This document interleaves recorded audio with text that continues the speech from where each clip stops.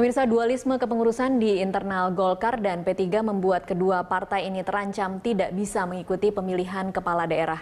Kondisi ini tentunya menguntungkan partai lain yang akan dijadikan kendaraan politik para calon kepala daerah. Akankah nasib P3 dan Golkar di panggung pilkada nanti hanya sebagai penonton atau bisa sebagai kendaraan untuk para kadernya? Kepengurusan siapa yang nantinya akan diakui KPU dan seperti apa strategi yang akan dilakukan oleh P3 dan Golkar? Kita akan membahasnya dengan narasumber Sekjen Golkar dari kubu Agung Laksono Zainuddin Amali, Direktur Riset Polmark Indonesia Eko Bambang Subiantoro, dan nanti kita juga akan bergabung dengan Komisioner KPU Juri Ardianto dan juga Dimyati Natakusuma melalui sambungan telepon. Saya akan sapa dulu dua narasumber yang ada di studio. Selamat sore Bapak-Bapak. Selamat sore Mbak. Selamat sore. Saya ke Pak Zainuddin terlebih dahulu. Ini pilkada sudah di depan mata tapi kisruh masih berjalan terus. Kira-kira strategi apa nih nanti yang akan ditempuh oleh Golkar supaya kira-kira jangan sampai kemudian peluang untuk ikut pilkada menjadi tidak ada sama sekali? Ya, yang pertama tentu kami berharap doa dari masyarakat semua supaya perselisihan tentang kepengurusan di internal Partai Golkar ini segera selesai, dan kami berharap bahwa perselisihan internal yang berujung kepada PT UN sekarang karena digugatnya keputusan Kementerian Hukum dan HAM segera mendapatkan keputusan yang tetap. Dan sembari itu kami secara internal sekarang ini sedang melakukan konsolidasi di internal, dan minggu lalu kami sudah melakukan rapat pimpinan nasional yang juga sudah memutuskan petunjuk pelaksanaan dan petunjuk teknis tentang bagaimana menghadapi pilkada serentak. Oke, ini tidak menyalahi putusan sela ya? Melakukan rapim itu tidak menyalahi putusan sela bahwa tidak boleh melakukan apa-apa dulu? Ya, saya kira secara internal bisa saja. Organisasi itu kan tidak boleh dia stagnan, dia tetap harus bisa berjalan. Yang di sela itu yang belum bisa untuk kita lakukan adalah yang berkaitan dengan tata usaha negara. Misalnya merekomendasikan calon untuk ke KPU, pasti KPU akan menolak karena itu masih ada celah. Iya. Kemudian berurusan dengan Kementerian Dalam Negeri yang berurusan dengan dana bantuan parpol, itu juga kami tidak lakukan. Kami tahu itu masih dalam posisi celah. Tetapi hal-hal yang berkenaan dengan kegiatan internal saya kira harus tetap berjalan. Oke, secara logika sederhana ketika dihadapkan dengan jadwal bahwa harus melakukan atau memasukkan nama-nama calon pasangan selambat-lambatnya Juli kira-kira, kemudian pilihan sederhananya kan adalah islah nih Pak Zainuddin. Seberapa besar sih peluangnya atau sudah sampai mana sih sebenarnya usaha yang dilakukan oleh kubu Agung Laksono untuk terus mencoba mengakomodir kubu dari Ical? Ya.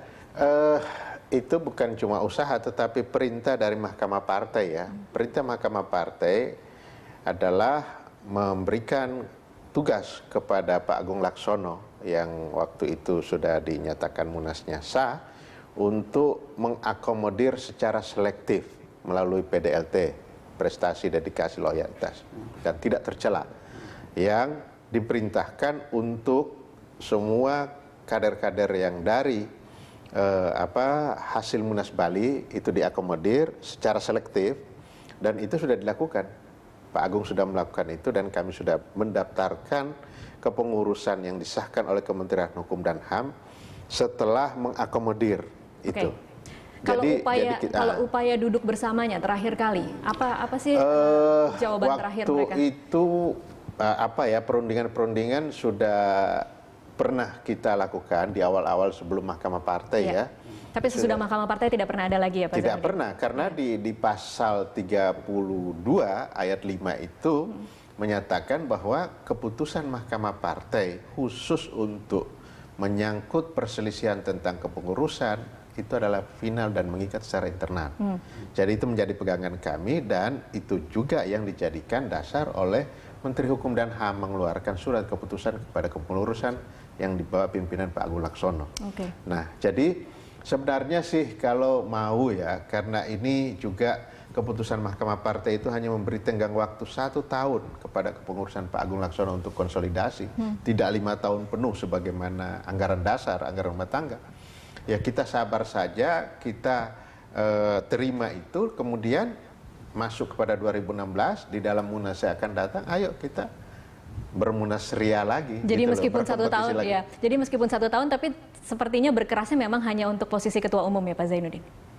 Iya, jadi perintah Mahkamah Partai itu 1 tahun harus mengkonsolidasikan. Kan sekarang tadinya kami itu melakukan konsolidasi dari pusat, provinsi, kemudian kabupaten kota. Ya. Tapi oleh Mahkamah Partai itu dibalik dari kabupaten kota, provinsi, baru ke atas. pusat. Okay. Nah, itu yang sangat substansi yang harus pekerjaan berat buat kami ya, buat Pak Agung dan saya untuk melakukan itu. Oke, dan tidak ada statement apapun dari kubu Ical menanggapi hasil ini atau kira-kira bisalah ketemu di tengah kalau ada persyaratan tertentu misalnya? Tidak pernah ada ya? Tidak ada, bahkan masuk ke PT UN. Bahkan masuk ke PT UN. Ya, Oke, saya pindah dulu ke Mas Eko. Mas Eko, Anda yang kemarin mengeluarkan pernyataan yang kemudian akhirnya dimuat di berbagai media mengatakan bahwa konflik yang terjadi antara Golkar maupun ada yang konflik terjadi di P3 ini kemudian bisa menguntungkan partai lain. Tapi yang jadi pertanyaan, apakah apa yang terjadi di 2 parpol ini memang sesuatu yang didesain oleh seseorang? Ya. Kalau didesain atau tidak aja, saya tidak melihat ada unsur desainnya. Saya tidak menemukan lah fakta bahwa ada desain khusus, ada pertemuan khusus sampai mendesain bahwa untuk Partai Golkar dan Partai P3 harus terus berseteru. Kita pecahkan ya, gitu. Okay. Tapi membaca secara politik itu tentu saja dengan terus-menerusnya ini berlangsung. Ini kan sebenarnya menjadi pertanyaan juga apakah ini by design atau tidak. Tetapi untuk dikatakan ini by design, ini yang saya tidak mempunyai satu gambaran jelas seperti apa desainnya. Tapi oleh satu menteri dari satu parpol kemudian? Iya, oleh satu menteri atau satu parpol atau parpol di luar yang sedang berdinamika ini, saya tidak menemukan itu. Tetapi kalau kita membaca perkembangan politik seperti ini, pilkada tinggal beberapa penetapan pendaftaran sudah tinggal berapa bulan lagi, sampai sekarang sudah hampir 6 bulan lebih. Kasus ini tidak pernah menemukan titik terang, sekalipun memang ini kan menjadi salah satu pertanyaan, apakah akan terus dibiarkan seperti ini? Kalau pada akhirnya KPU memutuskan kedua partai ini tidak bisa untuk terlibat, ini akan menjadi problem sendiri, dan tentu saja Partai P3 maupun Partai Golkar akan menjadi salah satu partai yang dirugikan di sini. Oke, kalau mau bicara siapa yang diuntungkan, sedikit saja sebelum kita break.